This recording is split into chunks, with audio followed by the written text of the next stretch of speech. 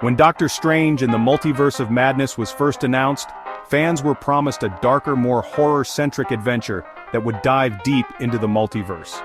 However, creative shifts, rewrites, and changing priorities within the Marvel Cinematic Universe transformed the film into something very different. Let's explore what this movie was supposed to be and how it changed. Scott Derrickson, who directed the first Doctor Strange in 2016, was slated to return for the sequel.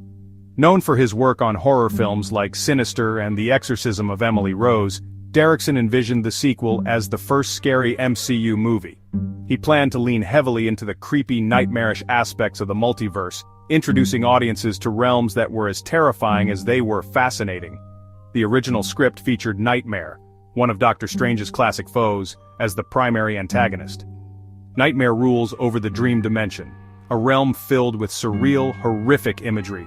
This choice fit Derrickson's horror focus perfectly, and promised a visually and emotionally gripping conflict. In Derrickson's early vision, Wanda Maximoff, also known as Scarlet Witch, would serve as an ally to Doctor Strange. Coming off WandaVision, she would assist Strange in his journey through the multiverse, maintaining her redemption arc rather than taking a villainous turn. In January 2020, Derrickson left the project due to creative differences with Marvel Studios. While the exact reasons were never fully disclosed, it's widely believed that Derrickson's desire to push the horror elements clashed with Marvel's broader vision for a family-friendly blockbuster. Sam Raimi, renowned for directing the Evil Dead films and the original Spider-Man trilogy, was brought in to helm the project. Raimi's style blends horror with humor and camp, which significantly shifted the film's tone. While horror elements remained, they became less central, and the movie embraced a more adventurous, multiverse-spanning narrative. Michael Waldron's rewrite. With Raimi on board, screenwriter Michael Waldron, known for Loki, was tasked with reworking the script. The focus shifted away from Nightmare and the dream dimension to a broader exploration of the multiverse. Wanda Maximoff's role was rewritten, transforming her into the film's primary antagonist. Wanda's villainous arc, now driven by grief from losing her children in WandaVision, Wanda becomes the Scarlet Witch, a dangerously powerful figure seeking to conquer the multiverse to reunite with her kids. This made her a more personal and emotionally charged villain, but it also sidelined Doctor Strange in his own story, new characters and concepts. The rewrite introduced America Chavez, a young hero with the ability to travel between universes. Her role was pivotal in the plot, and her dynamic with Strange added a mentor-student element to the narrative.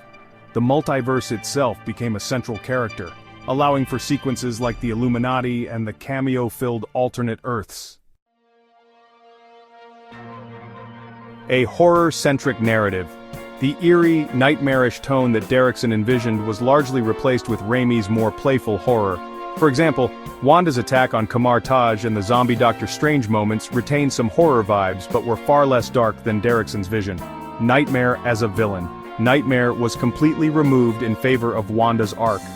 While the dream dimension could have offered visually stunning and thematically rich material, it was set aside for the multiverse-spanning spectacle. Alternate ending. An earlier version of the film concluded with Doctor Strange being trapped in a corrupted universe, facing off against a sinister variant of himself. While elements of this idea made it into the final cut, the ending was altered to introduce Clea, setting up future MCU stories. MCU's larger narrative, Marvel Studios' interconnected storytelling required Doctor Strange 2 to fit within the broader Phase 4 plans, including tying into WandaVision and setting up Avengers: Secret Wars.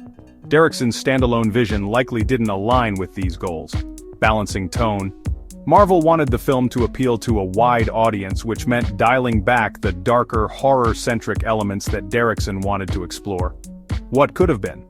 While the final film entertained millions and showcased Sam Raimi's unique style, many fans still wonder what Derrickson's horror-driven Doctor Strange in the Multiverse of Madness would have looked like.